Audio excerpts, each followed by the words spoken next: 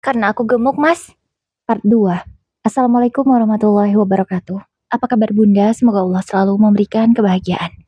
Ini kelanjutan ceritanya ya Bunda, semoga terhibur. Alhamdulillah, gugatan ceraiku diterima. Bukti-bukti yang aku miliki sangat kuat. Itulah alasannya. Selesai urusan di pengadilan, aku langsung pulang. Assalamualaikum, kataku sebelum masuk rumah. Waalaikumsalam. Dari mana kamu Naura? Tanya ibu mertua. Gak dari mana-mana Bu, jawabku berbohong. Masa iya nggak dari mana-mana? Tapi kamu kelihatan bahagia gitu. Ada apa? Ibu mertua menatapku tajam, seolah dia sedang mencari jawaban yang sebenarnya. Nggak ada apa-apa kok, Bu. Ya emang nggak boleh orang seneng, balasku. Ya boleh, tapi kamu kayak ada yang dirahasiakan. Tanya ibu lagi. Nggak ada kok, Bu. Kalaupun ada yang aku rahasiakan, pasti suatu hari nanti ibu akan tahu. Jawabku membuatnya penasaran. Tuh kan, berarti kamu punya rahasia. Apa? Cepat katakan sama ibu.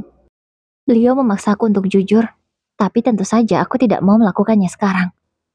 Udahlah Bu, nanti ibu juga tahu. Aku langsung masuk ke kamar. Aku hendak membereskan semua pakaianku. Ya, aku akan pulang ke rumah orang tuaku sementara ini. Naura, kamu mau kemana? Kenapa beresin baju? Kamu mau pergi? Tanya ibu yang tiba-tiba masuk. Iya Bu, aku mau pulang ke rumah orang tuaku ya. Soalnya aku kangen sama mereka. Aku menjawab sambil terus memasukkan baju-bajuku ke dalam koper. Tapi kenapa semua bajunya dibawa? Apa kamu nggak mau kembali lagi ke sini?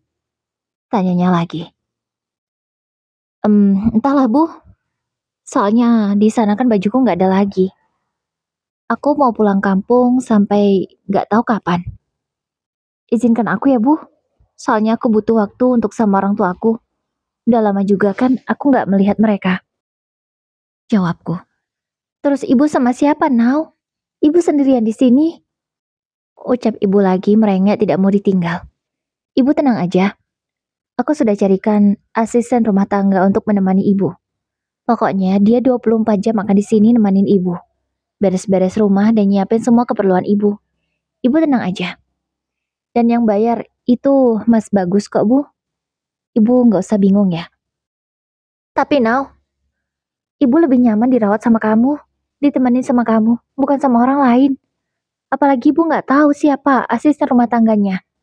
Ibu kan belum kenal. Nanti dia nggak cocok sama ibu. Ucap ibu lagi. Ibu harus membiasakan diri cocok sama dia, Bu. Karena nggak selamanya aku bisa nemenin ibu kan. Kalau nanti aku udah nggak bisa nemenin ibu lagi, ibu harus terbiasa sama dia.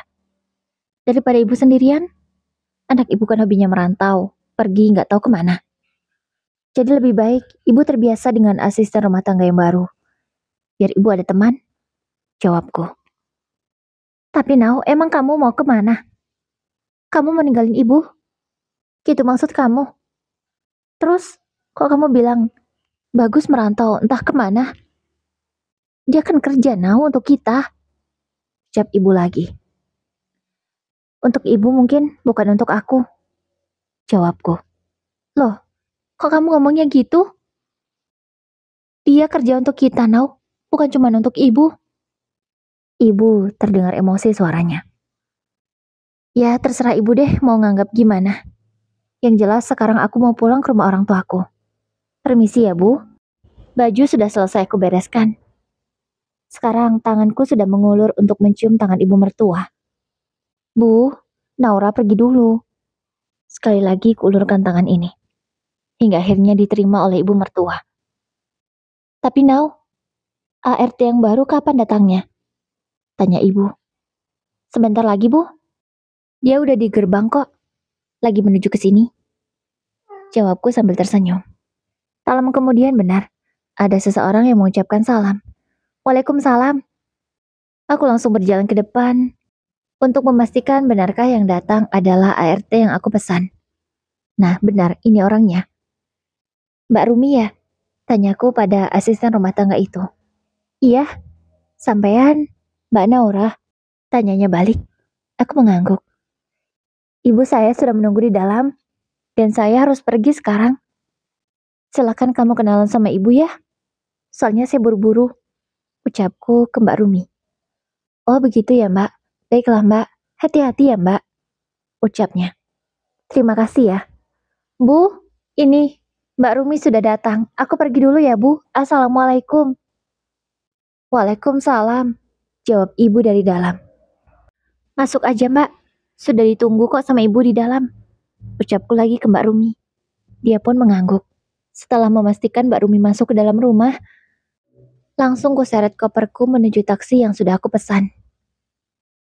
Ke bandara ya Bu? Tanya supir taksi itu. Iya Pak, jawabku. Sesampainya di bandara, aku langsung duduk di kursi tunggu. Karena aku sedang menunggu kedatangan seseorang. Naura, tiba-tiba ada suara yang memanggilku. Kamu dari tadi kah? Maaf ya, aku tidak melihatmu. Ucapku tak enak.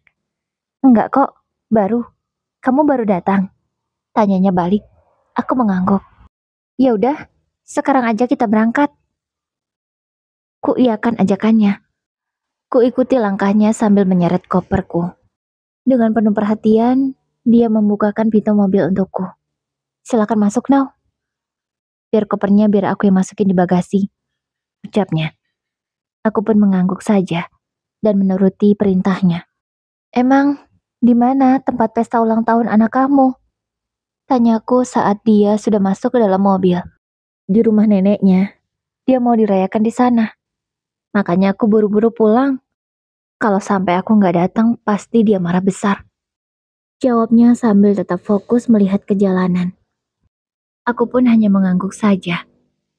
Maaf ya, aku ngerepotin kamu. Jadi nggak enak. Baru kali ini sih, anakku itu bisa dekat dengan orang yang baru dia kenal. Padahal ya selama ini, aku seringlah mengajak teman wanitaku untuk main ke rumah. Kukenalkan pada dia. Tapi satu pun gak ada yang cocok. Tapi pas ketemu kamu baru pertama kali, dia langsung seneng banget. Malah dia maunya kamu tinggal sama kami, biar tiap hari bisa ketemu dan main bareng. Ucapnya sambil menahan tawa. Aku juga bingung kenapa anak kamu bisa sedekat ini sama aku. Tapi aku seneng kok. Anak kamu itu lucu dan baik. Gemes banget aku kalau udah main sama dia. Pingin aku bawa pulang, tapi sayang bukan anakku. Dia hanya tersenyum saja, kemudian berkata, kalau misalkan dia jadi anak kamu gimana? Pertanyaannya membuatku tersentak, bingung tak mengerti apa maksudnya. Aku menoleh ke arahnya, menatapnya penuh tanya.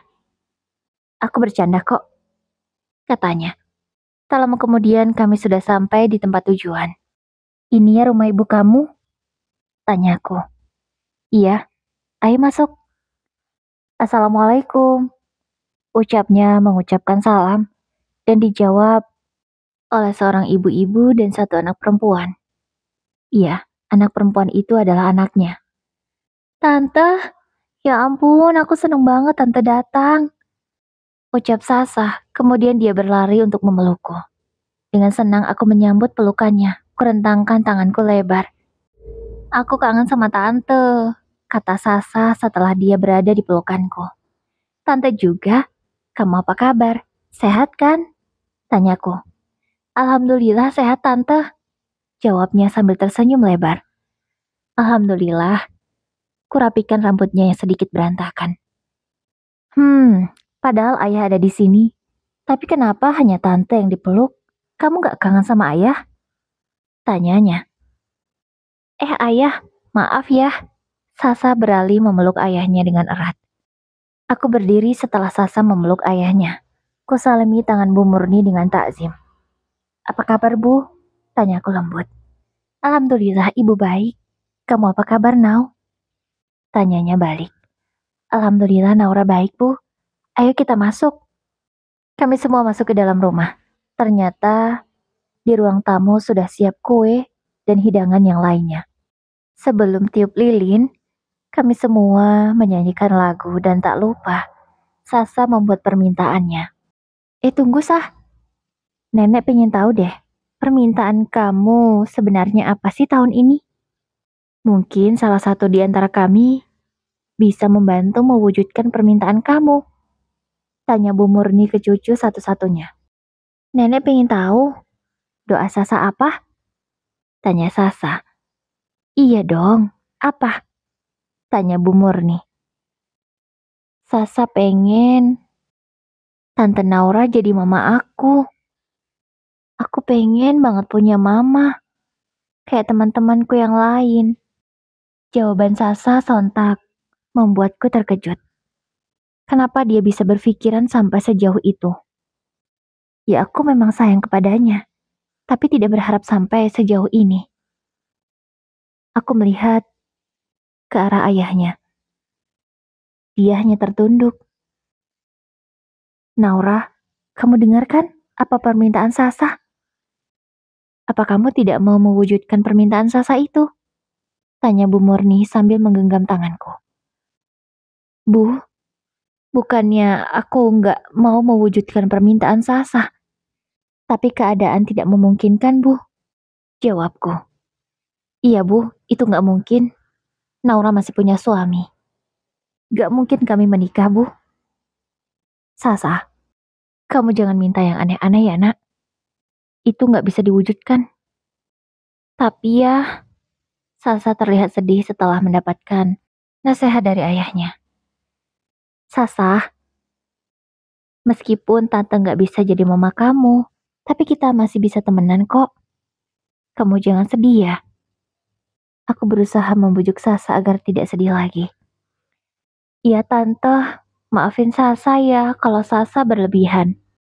Suasana kembali cair. Sasa segera meniup lilinnya, dan ia menyuapkan kue secara bergantian. Pertama, ke ayahnya, kedua ke neneknya, lalu ke aku. Sasa adalah seorang gadis kecil yang tak sengaja aku temui waktu itu. Ia sedang berjalan sendirian di mall. Aku mencari apakah ada orang dewasa di sekitarnya. Tapi, gadis kecil itu terlihat kebingungan. Bahkan dia hampir menangis, tapi entah mengapa dia tidak meneteskan air mata. Namun dari raut wajahnya, dia sangat ketakutan dan sedih. Kusapa dia, kutanya, kemana orang tuanya? Dan dia menjawab, dia nggak tahu. Katanya dia tadi lagi bermain. Pas sudah selesai, lalu dia mencari neneknya, ternyata sudah nggak ada di depan. Dia ditinggal sendirian. Dia nggak tahu mau pergi kemana. Mau bertanya, dia juga takut. Dia hanya bisa terus berjalan dan mencari tahu di mana keberadaan neneknya. Hingga akhirnya, aku melihat Sasa dan menyapanya. Kamu kesini sama siapa tadi? Tanyaku lagi. Sama nenek, jawabnya. Akhirnya aku bawa Sasa ke pusat informasi yang ada di mall itu. Tapi sudah berkali-kali diumumkan, dan sudah 1 jam menunggu tidak ada yang datang untuk menjemput Sasa. Akhirnya mau tidak mau kutanya saja pada Sasa, ingatkah dia di mana alamat tempat tinggalnya? Dan beruntungnya gadis itu adalah gadis yang pintar. Dia bisa menjawab dengan lengkap di mana alamat tempat tinggalnya. Bahkan, dia juga bisa menduga kalau neneknya ini lupa terhadap dirinya. Ya, neneknya memang punya penyakit lupa. Dia akan lupa dengan apa yang dilakukan barusan. Sesampainya di rumah gadis kecil itu. Loh, Sasa, kamu dari mana? Tanya wanita parubaya. Yang aku tahu namanya adalah Bu Murni sekarang. Kenapa nenek tinggalin Sasa di mall sendirian? Sasa takut, Nek. Jawab Sasa. Untuk sejenak, Bu Murni mulai mengingat-ingat apa yang sebenarnya terjadi. Setelah menyadari, ia segera menepuk jidat. Astagfirullah Sasa, maafkan nenek. Nenek lupa kalau tadi ngajak kamu. Malah nenek tinggal pulang. Maafin nenek Sasa. Bu Murni langsung meminta maaf berkali-kali ke cucunya. Bahkan ia sampai menangis. Mungkin merasa sangat bersalah. Tuh kan nenek lupain aku, kata Sasa manja. Iya maafkan nenek. Maaf ya. Lagi-lagi Bu Murni minta maaf ke cucunya. Pemandangan ini sungguh membuatku terharu. Dan Sasa dengan senang hati memaafkan neneknya. Sejak saat itulah, aku dekat dengan Sasa. Dan aku baru tahu kalau Sasa adalah anak Rian ketika Rian pulang dari perantauan. Ya, Rian juga kerja di luar kota, tapi dia sebulan sekali bisa pulang. Seperti hari ini contohnya. Iya, Rian temanku yang waktu itu dia mengantarku pulang karena Mas Bagus meninggalkanku sendirian. Ternyata Rian sudah duda. Istrinya meninggal setelah melahirkan Sasa karena mengalami pendarahan yang hebat. Jadilah sampai umur Sasa yang sudah 6 tahun, dia belum pernah melihat ibunya sama sekali. Sampai malam, aku masih di rumah Bu Murni. Karena ini hari ulang tahun Sasa, dia memintaku untuk menemaninya sampai dia tertidur. Saat kupastikan Sasa sudah tertidur pulas, aku keluar. Karena aku harus pulang. Naura, Sasa sudah tidur ya? Tanya Rian. Iya, sudah. Maaf ya, aku harus pulang. Orang tuaku pasti udah nunggu di rumah, jawabku. Ya sudah sana Rian, antarkan Naura pulang. Ini udah malam, gak mungkin dia mau naik kendaraan umum seorang diri. Cepat antarkan dia. Perintah Bu Murni ke anaknya. Gak usah Bu, aku bisa pulang sendiri kok. Pasti masih banyak kendaraan. Lagian ini baru setengah 9. Jangan Naura, biar diantarkan sama Rian saja. Akhirnya karena dipaksa Bu Murni aku mau diantarkan oleh Rian. Naura, maaf ya, ucapan Sasa tadi. Aku yakin perasaanmu jadi gak enak. Kata Rian. Iya, aku ngerti kok. Biasalah anak-anak. Mungkin dia rindu banget sama ibunya. Makanya ketika ada aku, dia merasa nyaman. Wajarlah anak kecil kalau punya harapan seperti itu, jawabku. Tapi, maaf ya sebelumnya. Gimana rumah tangga kamu sama Bagus? Apa masih baik-baik saja? Tiba-tiba Rian menanyakan soal Mas Bagus. Sebenarnya hubunganku sama Mas Rian udah gak baik-baik saja. Karena aku tahu dia selingkuh. Dan baru tadi pagi, aku ngajukan gugatan cerai ke pengadilan. Jawabku lagi. Apa? Kamu mau cerai sama Bagus? Kamu gak salah ambil keputusan kan? Tanya Rian terkejut. Enggak, keputusanku sudah bulat. Aku gak mau menerima lagi, Mas Bagus. Dia keterlaluan. Dia menghina aku yang badannya gemuk. Dia merendahkanku di depan orang lain juga. Malahan dia selingkuh. Aku gak bisa menerima dia lagi. Aku menjawab dengan hampir saja air mata terjatuh. Aku turut prihatin ya Nau, atas rumah tangga kamu. Semoga kamu bisa mendapatkan jalan keluar yang terbaik. Kamu yang sabar ya, ucap Rian. Iya, makasih ya. Setelah di jalan selama 1 jam, akhirnya sampai di rumah orang tuaku. Naura, ini siapa? Kok bukan Bagus yang mengantarmu? Tanya ibu. Nanti aku ceritakan ya Bu. Ya, ibu sudah menyambutku. Karena memang sudah menungguku sejak tadi. Tapi tadi aku sudah bilang kok ke ibu kalau aku sedang ada urusan sebentar di rumah teman. Masuk dulu nak, ucap ibuku ramah ke Rian. Lain kali saja lah Bu, sudah malam. Saya mau langsung pulang saja, jawab Rian. Oh begitu ya, ya sudah. Tapi lain kali kalau lewat sini mampir ya. Ini rumah orang tua Naura, kata ibuku lagi dengan masih ramah. Iya Bu, insya Allah. Kalau begitu saya permisi. Rian mencium tangan ibuku, kemudian pergi. Ayo Bu masuk, biar aku ceritakan. Aku buru-buru mengajak ibu masuk ke dalam rumah. Ya, aku dan ibuku memang seperti teman. Ya, aku sadar dia orang tua aku. Tapi aku lebih nyaman begini dan ibuku tidak keberatan sama sekali. Ada apa sih, Nau? Kamu ini buat ibu penasaran. Bagus kemana? Tanya ibu lagi. Iya, ini mau aku ceritakan, Bu. Sabar. Bapak belum pulang ya, Bu? Tanya aku. Belum? Mungkin pulangnya besok pagi. Soalnya ombak lagi besar. Bapakmu gak berani pulang kalau udah gitu. Oh, ya bapakku adalah seorang nelayan.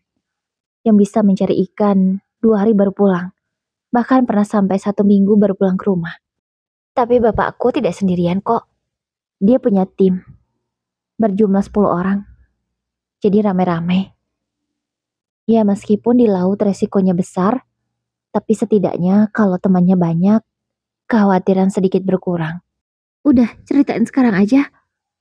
Ibu udah penasaran banget. Akhirnya aku ceritakan semuanya ke ibu. Mulai dari Mas Bagus yang menghinaku karena aku gendut, dan akhirnya aku tahu kalau Mas Bagus selingkuh. Aku juga menceritakan bagaimana pertemuanku dengan Rian hingga dekat dengan anaknya. Jadi, gitu kelakuan suami kamu. Kok enteng banget congornya itu bilangin kamu gendut? Ya, ibu tahu sih anak ibu ini memang gendut.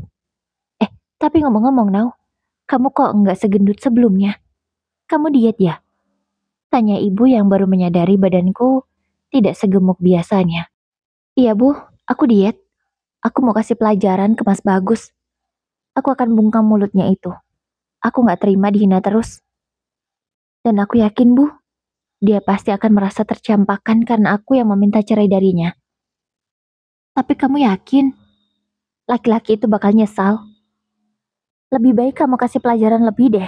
Jangan cuman kayak gini doang. Ucapan ibu membuatku bingung. Pelajaran lebih apa, Bu? Ku kasih dia pelajaran bahasa Inggris gitu. Kan nggak mungkin, Bu. Aku aja nggak bisa. Ucapku menanggapi bercanda ucapan ibu. Ya bukan pelajaran bahasa Inggris lah, Nau. Ibu mah tahu kamu bego banget kalau bahasa Inggris. Nilaimu selalu KKM. Itu pun ibu yakin. Gurumu kasihan daripada kamu nilainya nggak tuntas. Ucapan ibu memang menyakitkan. Tapi pasti dengan kenyataannya. Ya, dari dulu aku sekolah kalau bahasa Inggris memang tidak bisa. Entahlah sulit sekali untuk memahaminya. Nilaiku selalu jelek dibandingkan pelajaran yang lain. Aku hanya nyengir saja mendengar ucapan ibu. Tenang aja, ibu akan bantu kamu membalaskan dendammu.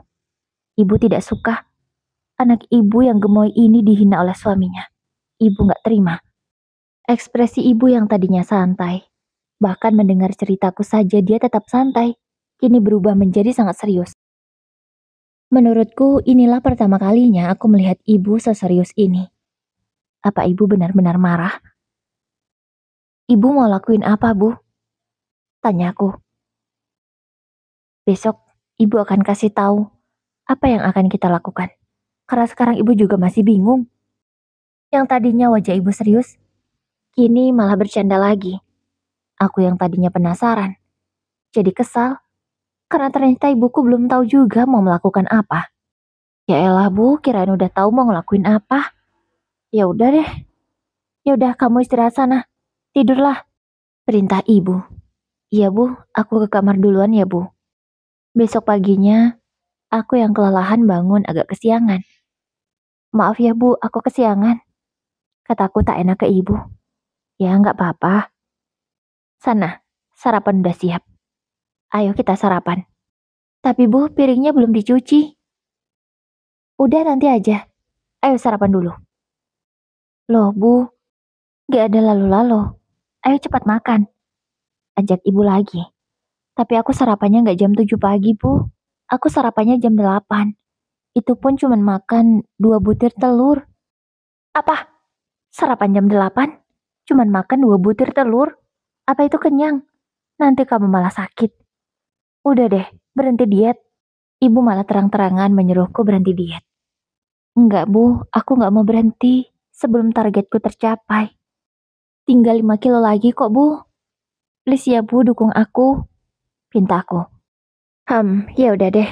Terserah kamu. Jadi kamu sarapannya jam 8 pagi. Tapi saran ibu lebih baik ditambahkan ayam atau ikan. Jangan cuma telur aja. Ya? Iya deh Bu. Tapi itu untuk makan siang ya. Akhirnya pagi itu aku hanya menemani ibu sarapan. Sambil mengobrol. Bu, kayaknya bapak pulang deh. Buru-buru aku ke depan. Karena mendengar suara-suara. Dan ternyata benar. Bapakku sudah pulang dari melaut.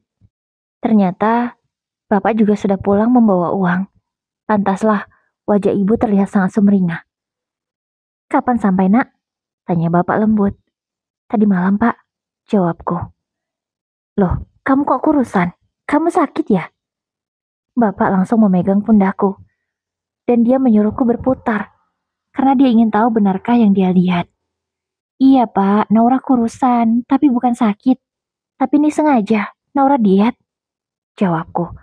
Apa? Kamu diet? Kenapa diet? Nanti kamu sakit. Gimana? Bapak khawatir loh di sini. Soalnya kamu jauh di sana, di rumah suami kamu. Kata bapak geram. Bapak tenang aja. Naura bukan baru sebentar dietnya. Udah 6 bulan kok. Ini udah masuk yang ke 6 bulan. Tinggal beberapa minggu lagi. Aku menjawab berusaha meyakinkan bapak. Beneran ya? Jangan sampai kamu sakit gara-gara diet. Gak apa-apa lo gendut. Gendut juga cantik. Imut. Iya pak, aku tahu. Tapi aku lebih suka kurus. Bapak hanya bisa manggut-manggut saja. Orang tuaku selama ini memang tidak pernah mempermasalahkan bagaimana bentuk badanku. Mau aku kurus atau gendut. Tapi setelah melihat aku gemukan, mereka biasa aja, senang-senang aja. Namun malah aku yang susah sendiri. Malamnya setelah bapak istirahat cukup, barulah aku dan ibu menceritakan masalahku. Bapak terlihat biasa saja. Namun dari sorot matanya, ada kekecewaan yang sangat dalam. Jadi kamu maunya gimana, Naura? Apa kamu mau bertahan dengan suami kamu? Tanya bapak. Aku menggeleng cepat. Naura udah ajukan gugatan cerai kok, Pak. Bapak tenang saja. Jawabku lagi. Baguslah. Ya, Bapak pikir itu yang terbaik. Lagi pula, suami kamu itu enak banget. Kamu disuruh ngurusin orang tuanya. Tapi di sana dia malah selingkuh dengan wanita lain. Mendingan ceraikan. Kamu bisa ngurusin bapak dan ibu di sini. Enak banget laki-laki itu. Iya, Pak. Bapak tenang aja. Naura sudah mengambil keputusan yang insya Allah terbaik untuk hidup Naura. Hari yang kutunggu akhirnya tiba. Surat panggilan dari pengadilan pasti sekarang sudah sampai di rumah ibu mertuaku. Dan aku yakin juga, sekarang ini Mas Bagus sudah ada di rumah. Mungkin dia sedang kesal sudah membaca surat panggilan dari pengadilan yang pasti dia tidak duga sebelumnya. Nah, benar kan? Ponselku langsung berdering hari ini. Pasti dia sudah membaca surat itu. Kalau sebelumnya dia tak pernah menghubungiku, kali ini dia tiba-tiba menelpon. Tak mungkin kalau tak ada hal yang penting. Ya, sampai 6 bulan sampai dia pulang merantau baru dia menelponku. Apa ini masih pantas disebut rumah tangga? Nafkah aja cuma 1 juta per bulan. Belum lagi aku harus ngurusin ibunya. Yang aku tunggu di sini malah enak-enakan selingkuh dengan wanita lain. Naura, kamu di mana? Kenapa kamu pergi nggak ngomong sama aku? Terus apa-apaan ini? Kurang ajar sekali kamu meminta cerai. Saat sambungan telepon baru terhubung, laki-laki itu langsung berkata demikian. Aku di rumah orang tuaku. Kalau mau kesini ya kesini aja sih. Jawabku enteng. Oh, jadi kamu pulang ke rumah orang tuamu tanpa seizinku? Bentak Mas Bagus. Loh, emangnya aku harus izin sama suami yang tak pernah menghubungiku selama dia pergi di sana? Oh iya, aku lupa. Kamu pasti sudah tak ingatkan kalau masih punya istri di sini. Karena kamu sudah senang dengan wanita lain di sana. Begitu kan, Mas? Aku tidak mau emosi. Tapi akan kukatakan semuanya kalau aku sudah tahu perselingkuhannya. Udahlah, kamu gak usah ngelak, Mas. Aku udah tahu kok. Mas Bagus terdiam. Sambungan telepon itu untuk sejenak hening. Kamu salah paham, Naura. Aku gak selingkuh. Jawabnya tegas. Terus, bukti yang aku dapat selama ini apa? Bukti-bukti itu juga sudah aku kirim ke ponselmu biar kamu tahu. Terdengar suara mengotak-ngatik ponsel. Berarti sekarang ini Mas Bagus sedang melihat chat dariku. Ya, barusan aku memang mengirimkan bukti foto perselingkuhannya. Aku ke rumahmu sekarang, Nau. Mas Bagus langsung mematikan sambungan telepon kami. Terserah dialah. Mau ke sini juga, aku sudah punya pelindung kedua orang tuaku. Jadi aku nggak takut sama sekali. Gimana, Nau? Tanya ibu.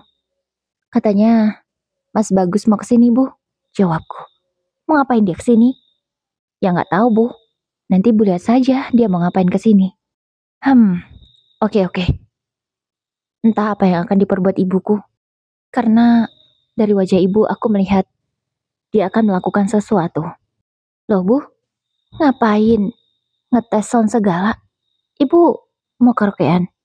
Tanya aku bingung. Karena ibu malah tes sound. Ya di rumahku ini memang ada beberapa sound yang cukup besar. Ya nggak besar banget sih.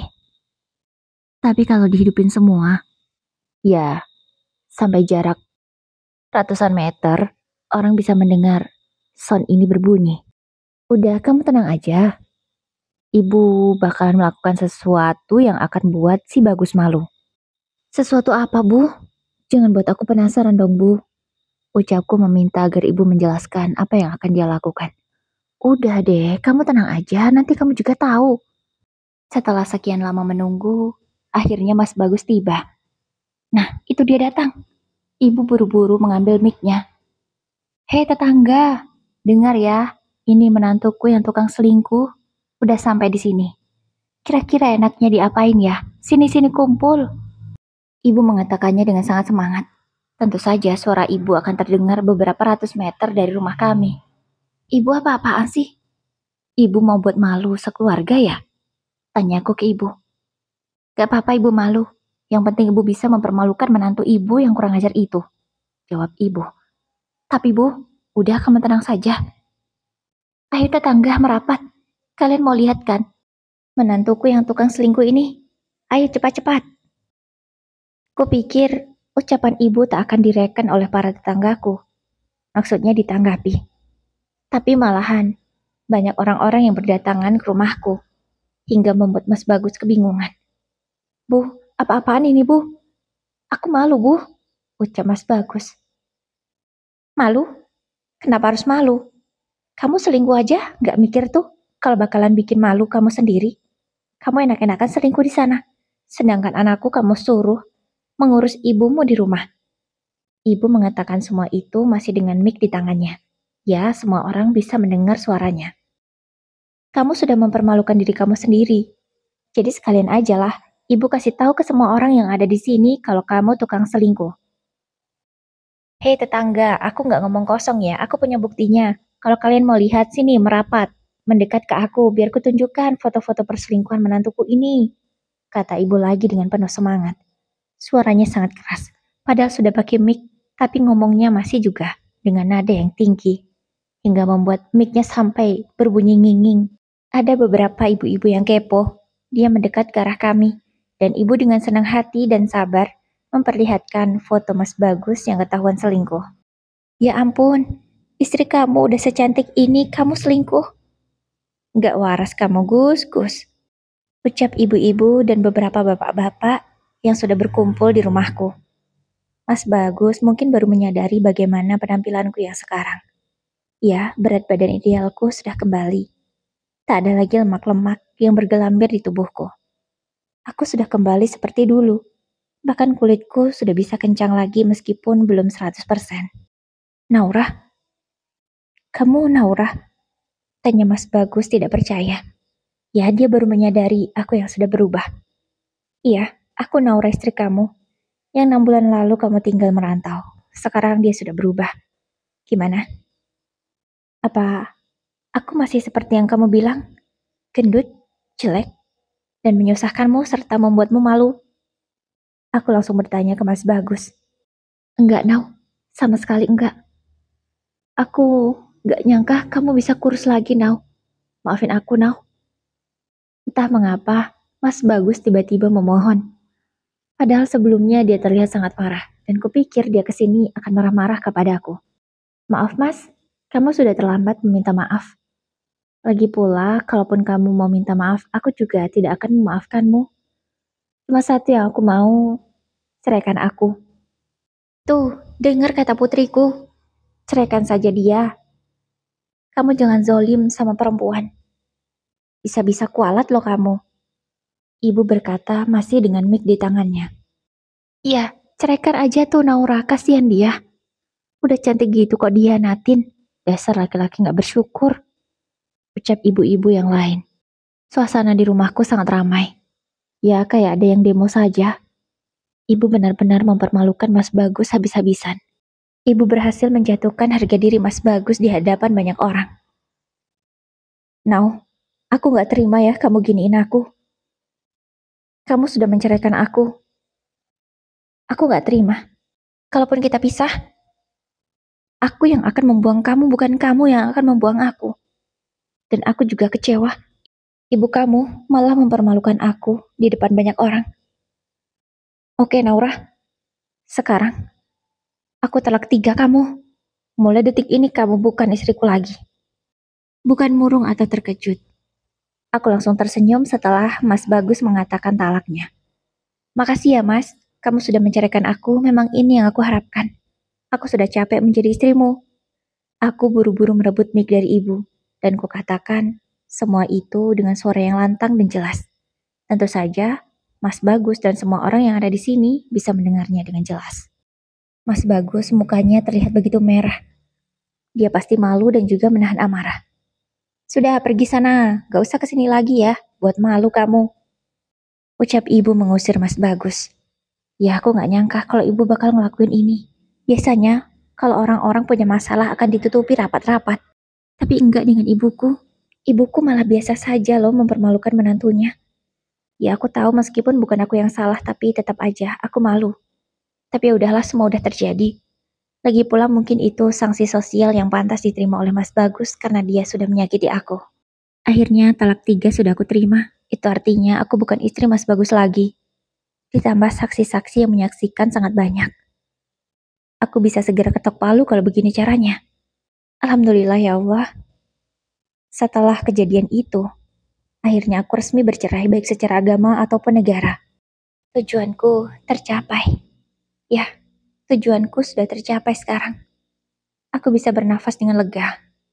Sekarang ini aku menangis, tapi bukan menangis meratapi semuanya, melainkan menangis lega dan bahagia. Now, semangat ya nak. Maafin ibu kalau tindakan ibu berlebihan. Tapi ibu gak terima anak ibu disakiti orang lain. Dan ibu yakin, sanksi sosial yang bagus terima bisa membuatnya malu dan jatuh harga diri. Maafin ibu ya nak.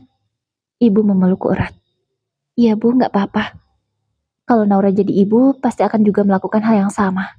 Karena seorang ibu pasti akan melakukan apapun untuk membela anaknya. Kalau bapakku, ya dia hanya nurut saja sama ibu. Selama itu tidak membahayakan, bapak tidak masalah. Ya bapak dan ibuku itu sefrekuensi.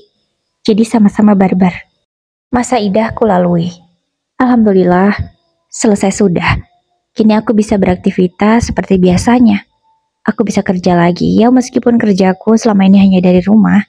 Tapi kan tidak leluasa kalau masih masa idah mau keluar-keluar. Hubunganku dengan Rian masih baik-baik saja.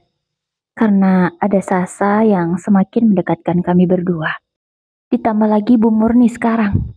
Dia sudah tahu aku seorang janda. Dia semakin yakin untuk mendekatkan aku dan Rian. Ya, kami semacam dijodohkan, tapi secara diam-diam. Tapi dipaksa. Ah, begitulah nggak ngerti. Namun untuk sementara waktu aku belum bisa lah membuka hatiku. Aku masih butuh waktu untuk mempersiapkan diri. Lagian aku baru 3 bulan lalu cerai. Aku masih butuh waktu yang lebih lama untuk menyendiri. Tapi aku tidak menolak jika memang aku dan Rian nanti akan berjodoh. Setahun bercerai, kehidupanku alhamdulillah jauh lebih baik. Pekerjaan semakin lancar, penghasilanku juga semakin besar dari dunia sosial media. Dan hari ini, tiba-tiba Rian ingin datang ke rumahku. Katanya ada hal penting yang ingin dia sampaikan. Aku jadi deg-degan, penasaran juga kira-kira dia mau ngomong apa ya. Dan malam itu kupikir dia hanya datang seorang diri. Tapi ternyata dia datang bersama Sasa dan Bu Murni. Naura, maaf ya kalau kedatanganku terkesan mendadak. Tapi aku kesini bertujuan baik. Aku ingin melamarmu Naura. Apa kamu bersedia? Ternyata ini yang mau dikatakan Rian. Aku melihat ke arah kedua orang tuaku. Kalau bapak terserah kamu, Nau. Kalau kamu bahagia, bapak juga sangat mendukung. Bapak setuju. Padahal aku baru melihat saja ke arah bapak, belum bertanya apa-apa. Tapi langsung jawab seperti itu. Ibu juga, Nau. Ibu setuju banget kok kalau kamu menikah sama Rian. Muka aku langsung merah. Aku malu sekali kenapa orang tua aku harus bicara begini. Aduh, belum tentu kan aku menerima Rian. Malah orang tuaku memberi harapan yang sangat besar. Jadi gimana, Nau? Orang tua kamu sudah memberi restu. Kamu terima Rian atau enggak? Kini Bu Murni yang bertanya. Gimana ya, Bu? Jawabku ragu. Kamu masih meragukan aku, Nau? Tanya Rian lagi. Bukan gitu, Yan, maksudnya. Jadi, kamu terima atau enggak? Pertanyaan Rian terdengar memaksa. Jawab, Nau. Tanya Rian lagi. Iya, aku jawab. Oke, aku mau. Akhirnya aku terima laki-laki itu, yang selama ini sudah mendukungku dalam hal apapun. Ya, bukan hanya memberi dukunganku soal mental, tapi Rian juga mendukungku soal pekerjaan. Menurutku tak ada alasan untuk menolaknya. Laki-laki sebaik dia jangan disia-siakan, bukan? Dan kami pun menikah sesuai dengan tanggal yang telah ditetapkan kedua orang tuaku. Tak ada pesta yang mewah, hanya ada acara sederhana, kumpul keluarga dan doa bersama, yaitu sesuai permintaanku. Bukan tidak mau mengumumkan pernikahanku dengan orang banyak, tapi sayang uangnya lebih baik digunakan untuk modal usaha saja, karena aku tidak mau berjauhan dengan Mas Rian nantinya. Ya, aku tidak mau LDRan lagi setelah menikah. Aku mau kita selalu berdekatan, dalam suka ataupun duka. Setelah menikah, kami memutuskan untuk membuka usaha. Usaha yang menjadi incaran kami adalah membuka toko sembako. Ya, di daerahku sangat berpeluang besar, makanya kami berniat membuka usaha itu. Akhirnya modal yang ada, kami gunakan untuk membeli tanah dan membangun ruko di atasnya. Kami memutuskan untuk tidak sewa, karena modal yang kami punya cukup. Mudah-mudahan tempat ini strategis dan bisa membawa rezeki yang banyak untuk keluarga kami. Begitulah ending dari ceritaku. Karena kami masih merintis, mohon doanya semoga usaha ini lancar dan semoga aku dan suamiku yang sekarang segera diberi momongan.